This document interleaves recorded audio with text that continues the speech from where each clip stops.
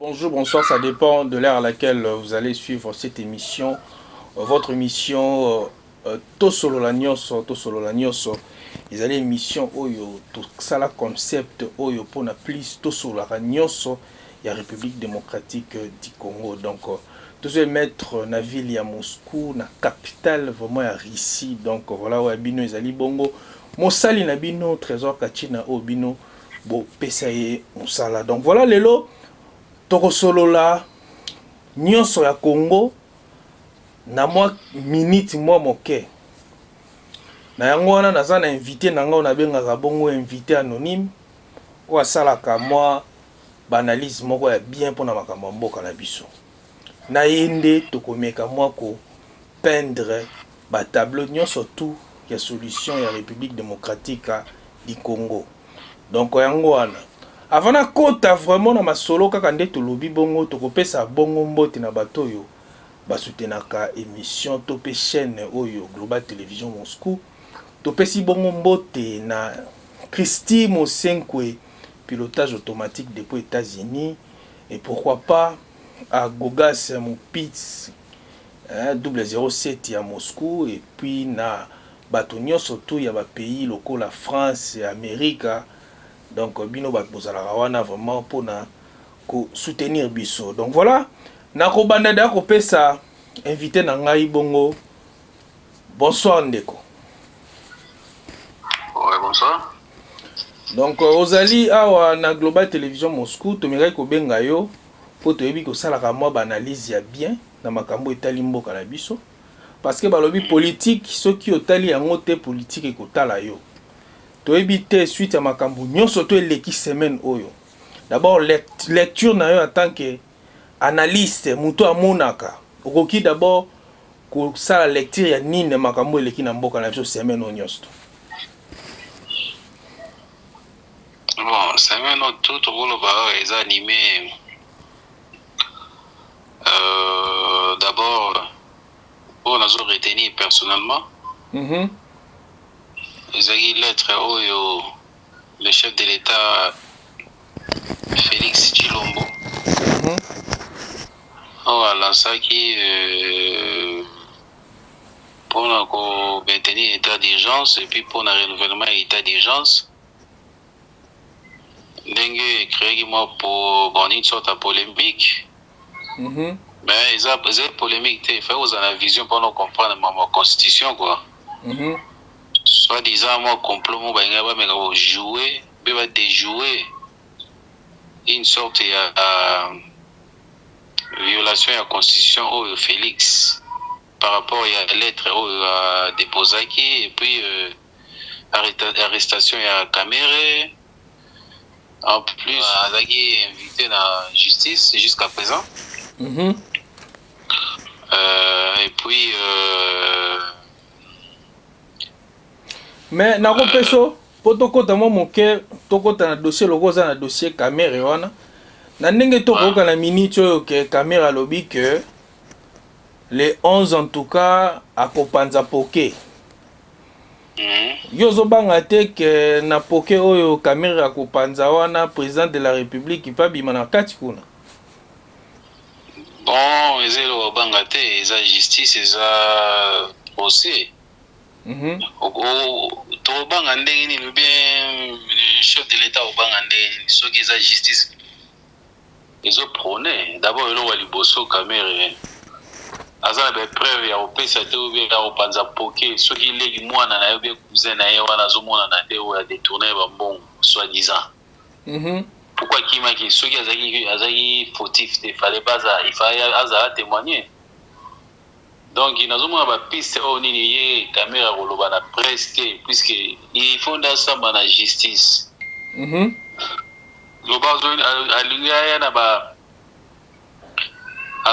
le mot machiavélique, qui a pensé pour naïe. La pensée machiavélique a déformé l'information au sein du peuple congolais. Oui, ce peuple congolais avec le pouvoir Félix Ningezawana.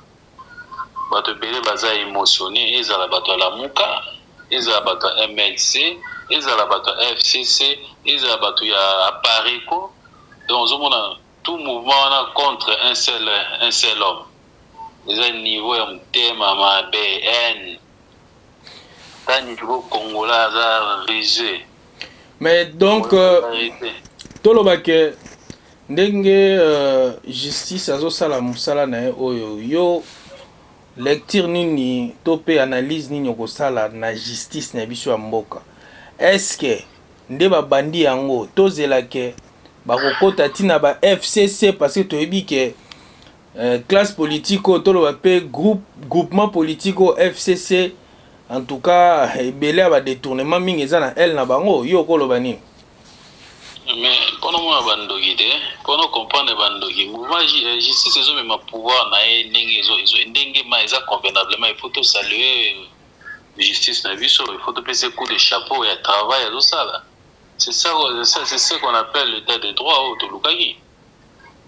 Il faut poursuite judiciaire ça là de part et d'autre.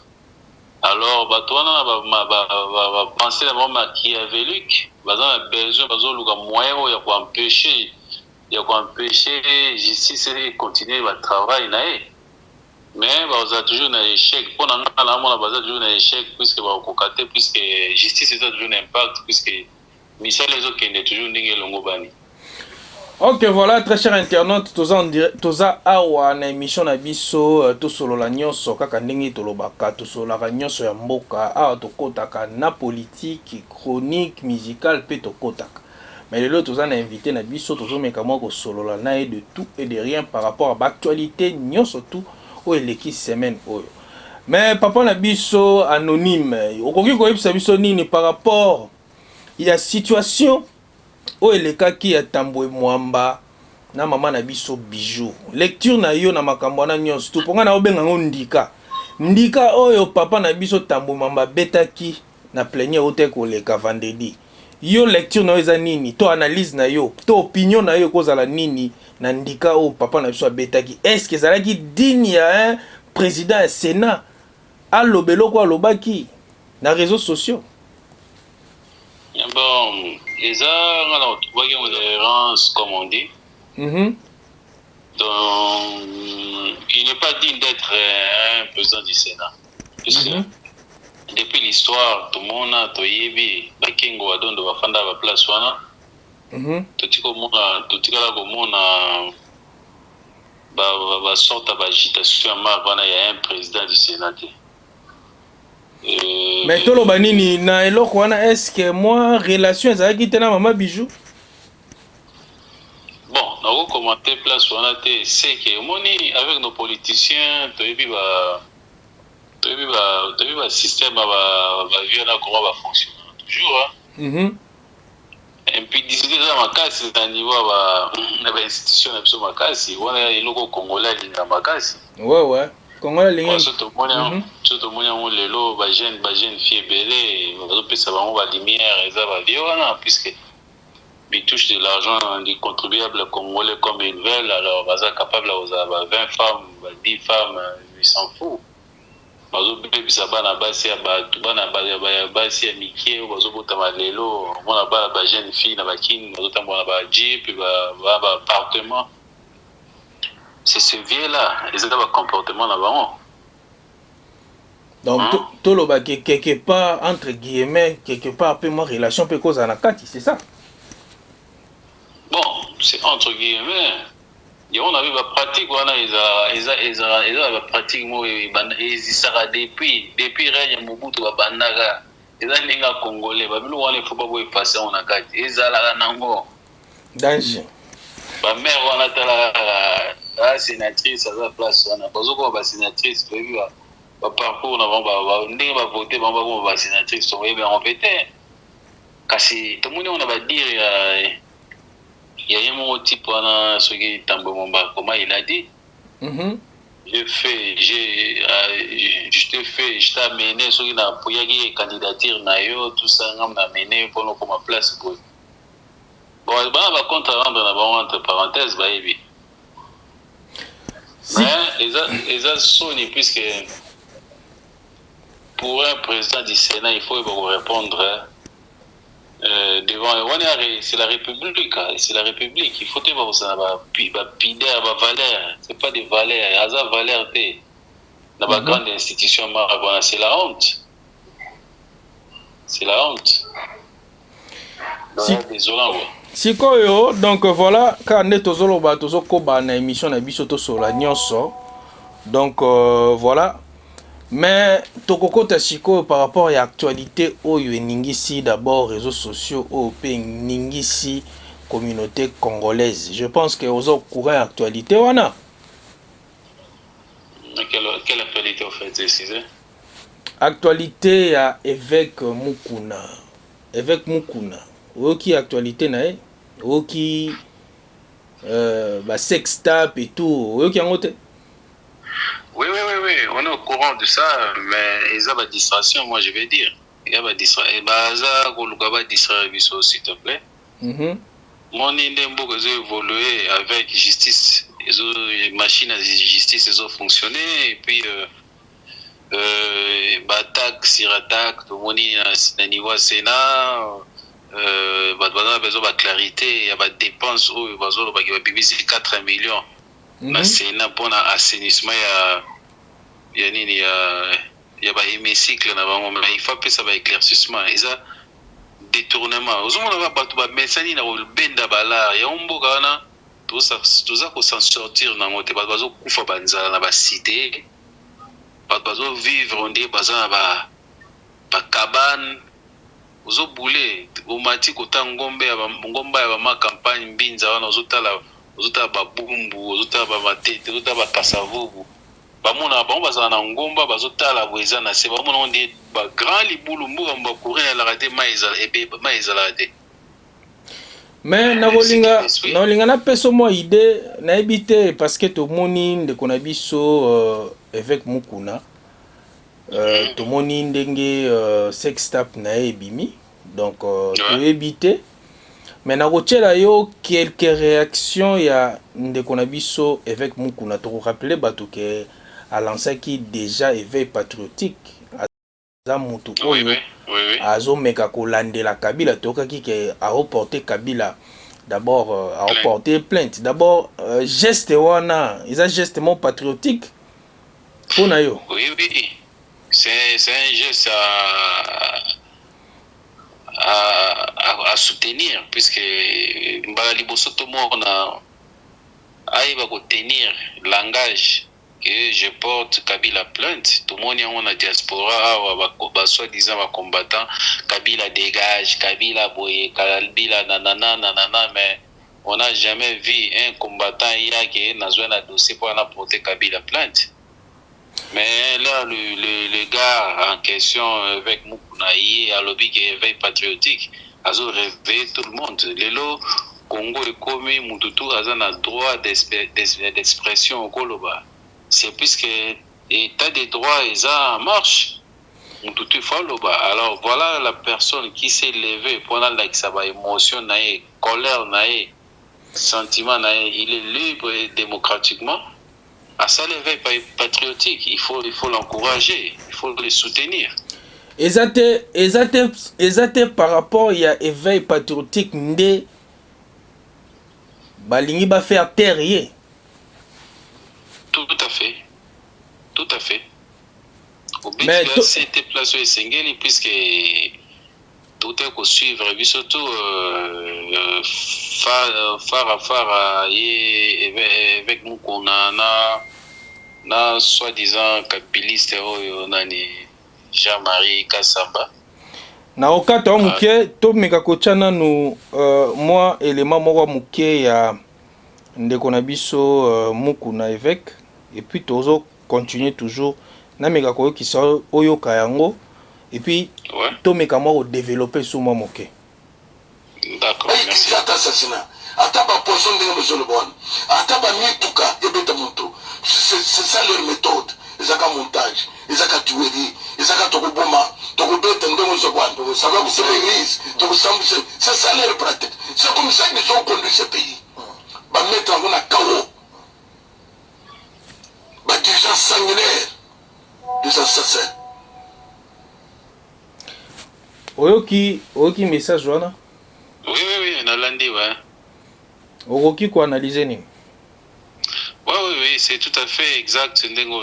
Tony que so ezali bato ya soi-disant FCC baza na sima ya montage wana. Moi je vais dire oui puisque il a parlé ça avant à l'Obagango et ça va arriver. Abandé comme on a déjà qui va ça là va monter toujours et là au moment où il pas humilier combat na éveil patriotique.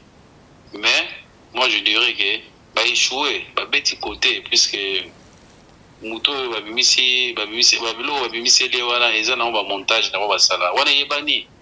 Ce n'est pas que Diomi Ndongala balobaki a violaka. Est-ce que va perception ba preuve c'est ma prison va l'acception bato a viola te Diomi Ndongala. Hein? Eza ba jeune bango toyebi bakangaka Jekoko na ba image na téléphone o eza même pas na sens. Ya téléphone à moto. Ba tchake na prison bakangaka Frank Diongo. Bakangaka ba ndeko Eliezer. Donc eza politique à bâtiment bazo même toujours bali mboka ne zara na système dictatorial or que toza na pays moins démocratique toza na besoin pour toi à libre d'expression même. Donc au sein de biso il faut appuyer toujours éveil patriotique tu veux réveiller peuple tous à vigilant. C'est ça. Donc toloba que scandale oyo eza nango montage au bango batu ya bai FCC nde basali kabalo wana. C'est ça? Oui. Ça kabal ngana bien on a faux débat. Mais le quoi toza kaka na sijo wana ya évêque tokocha lisusu moi voice moko ya ndeko na biso sans rival ameka qui peut réagir par rapport ya vidéo wana ya ndeko na biso évêque mukuna toyoka ye lisusu mo moke. Et puis na ozonga na yo to meka na rochite na yo mbala moko parce que babi TV zangunga to ozonga na yo poto chite to loka. Salutations à vous tous qui me suivez en ce moment. Je crois que FCC n'a pas réussi sa mission. FCC n'a pas réussi son objectif. Jean-Marie Kassamba a lamentablement échoué à son montage. Vous savez, j'ai visualisé la vidéo de l'évêque Mukuna. Je suis de carrière à Moussalawana, très bien. La fenêtre ouverte, caméra fixée vers la fenêtre qui est ouverte. Moulili Nakati, mais l'ongue bimi clair. Allez-y comprendre. Ça, tout bien en contre-jour. Quand la caméra regarde là d'où vient la lumière, et puis ça va contre-jour. Mais on n'a pas vu ces contre-jour. Parce que Bakoki ko utiliser caméra super professionnelle sur l'unité, téléphone. En tout cas, je doute trop fort et Lungia évêque et apparaître quand on a 1, 2, 3 secondes, 4. Pourquoi? Parce que ce que vous mêlez, on saura qu'ils ont vraiment du véritable montage. La deuxième petite vidéo, vous fixez très bien, tu verras que cette figure est différente dans Elongia évêque Mukuna. Mais je ne suis pas là. Vrai ou faux, ça ne m'intéresse pas. Chacun a sa vie privée. Seul Dieu va juger. Et surtout la Bible dit ne jugez point. Ne jugez point, nous sur les réseaux sociaux, vous juger. Les hommes spirituels seuls, vous juger. Est-ce que vous êtes spirituel pour nous juger avec Mukuna? Ce qui nous intéresse plus, c'est son combat. Il y a un monde qui Mukuna comme un sous-vedette Makasi Lelo Oyo. Mukuna est en train de combattre l'ancien régime. Mukuna est en train de combattre M. Kabila et son système. Toute la diaspora en général en combat Kabila. Mais qu'est-ce qui fait que Moto Azali opinion monabino Kabila, si vous accusez, vous jetez des pierres contre Félix, c'est par rapport peut-être à la relation avec Kabila. Mais maintenant la personne attaque Kabila. Au lieu de les soutenir, vous êtes en train de les combattre aussi. Donc, Jean-Marie Kassamba, je suis vraiment fâché contre nos frères et nos soeurs de la diaspora. Vous avez partagé vidéo, ils font des commentaires, c'est que vous êtes des traîtres. Franchement, tous les combats qu'on a à faire dans la bataille, nous, ils annulent. ils ont juste hypocrisie, ils ont juste distraction. Parce que si on était des vrais combattants, si on était la vraie diaspora, en tout cas, on n'allait même pas partager ces vidéos. On n'allait même pas commenter la vidéo. Merci beaucoup. Je pense qu'Olandi, oui, dans très bien. Au sentir Ndenga s'exprimer, Ndenga Mekiko, pesa ba piste. Réaction de Kozani. Vraiment, j'ai un sans rival que je salue. Il a bien défendu ses réponses par rapport à la vidéo. On a la raison. Il y a un moment où on a des fake news, des fausses informations. Et c'est là où on a monté. Mais FCC va échouer. Ils ont fait un montage. Moto a une vision électronique ou bien informatique. Alors, moi, on a toujours directement des informations falsifiées. Et ça, juste, va salir avec pour un combat, il y a éveil patriotique. Alors, yo moko yo qui même sans rival à lobby. Biso tout wanda au bunda combat na diaspora, ils pour combattre Kabila. Alors, si quelqu'un qui est en train de combattre Kabila, bah ça les lois marques, on a au lieu de défendre, bah effacer même bah image, on a pas pu se l'en tenter, mais tout le monde a pas te belé. T'as même na ba soi-disant bah wayambo, tout c'est la vidéo. Tout le monde il degré un terme mabé. Hein? Mais c'est qu'il faut. T'as degré un terme mabé. Il y a beaucoup de vous avez critiqué logo oyo. Mutu tozobunda pona tokweyisa ye bino siko bozo susu bozo ko appuyer bato ya FCC seke bozala na bino bato ya FCC kala hein mato congolais yo moko allez-y comprendre bino moko. OK, voilà. Loba silisa ya mona yo départ na FCC yo soit MLC FCC Lamuka, Apareko, tout contre Félix, contre Moutoumoko, contre éveil patriotique. Donc, tout on a basali contre éveil patriotique. Bazan a besoin de changement à Congoté. Ils ont monté en mabé. Ils ont besoin de changer. Ce qu'on peut changer, il n'y a pas de souci à mettre en mabé. Attends-moi.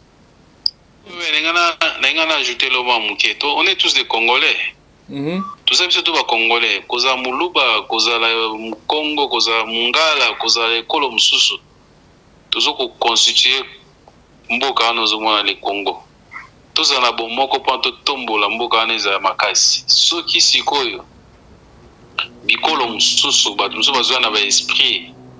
Il y a ethnie na kati ya tribalisme to mboka na ndenge mutu na mutu ekolo tuneza moko na moko toyebani ba bizaleli toyebani ba caractère mais tolingana to boma esprit wana ba besoin na ngo ya tribalisme et au faire biso avancer te na éveil patriotique na biso mais c'est toujours le Congo qui va gagner quoi et puis c'est le Congo qui va demeurer à jamais. En tout cas, merci beaucoup. Toyoki vraiment naboke binyoso. On a évité émission n'a commis déjà ko cité vers la fin émission. En tout cas, merci d'abord ndongo zwaki tana yo ya ko disposer tana yo pour omeka ko réagir na émission na biso. On a évité so za na mode la fin na yo topé conseil ni noko pesa ba congolais. Topé sur maloba. Ah ouais, conseil aux alagé au tout na tana ye ya suivre temps ya partage na biso oyo ayebaki so aza congolais aza na amour d'abord ya mboka totelemela tribalisme totelemela motema mabe tozala na bomoko mpo toconstruire mboka na ensemble eke liboso ozala muluba ozala mukongo ozala mungala ozala ekolo nini nde ekolo nini toyebi biso to bafisi ya mboka na Congo soki toyebi totia badifférence na biso na kati ya mboka totonga mboka wana te voilà quoi. En tout cas merci beaucoup. Toponela bolingo c'est tout. Merci beaucoup en tout cas na ningo zaki tano vraiment ya ko participer à l'émission na biso. Merci comme ça avec toi je crois tout Silani. Merci. Ngana. Merci beaucoup. Donc voilà très chers internautes, merci beaucoup à Nezaki Ndeko na biso alinga totanga kombo na été na bien toujours anonyme. Amekaka pe moi ko sala analyse makambo etali ozo le kana mboka na biso. Bino mo boyoki ye ndenga pesi conseil et puis toyoki son rival a soulevé babiloko moko ya très important. Yo mutu wanaki ko bunda oza combattant, ozo bunda, ozali ko bunda bakanga Kabila. Lelo omoni mutu moko azobundisa pe mutu oyo ozali ko bundisa.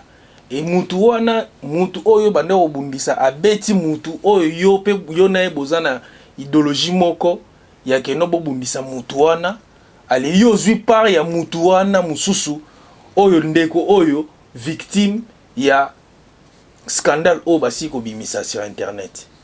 Tozo kende wapi ba congolais, tozo ba position na biso te ba congolais. Tozo position ndeko congolais zala constant na combat na yo. O eza distraction. Combat na yo eza nini? Tozo posa to libérer mboka wana. Économie ya mboka eza na ba poche ya bato. Bato bazo souffrir, ouvira kuna ba problème na Beni. Butembo ya de problème sérieux, santé za malonga te. Lelo, il faut ko luka ko relever ba défi au makambo etali d'abord santé. Ba congolais ba ko bossa na ke lelo, tous un problème grave na makambo etali santé. Tomoni équipe ya riposte, tomoni docteur Jérôme Aye na mboka wana ti sikoyo eloko mo kaka ezo sa to solaka nyonso. Awa to sololaka nyonso tu. Boyoki ba question nga na yaki nango o na piste na posaki ndeko a répondre ndenge sengeli. To senga na bato nyonso soko lingo participer pe to solola bozana o ya koloba to solola nyonso ka ndenge zalaka. To préparer jour to bengi yo to sali na émission par téléphone et ko zale loko moko ya motu ya pona ba congolais. Na pesi mbote bongo na bato nyonso to bazaki na biso. Na pesi mbote na bato oyo basutenaka Global Télévision Moscou. J Debaba Mbatambuta Alvin de Moscou wana bato à Moscou.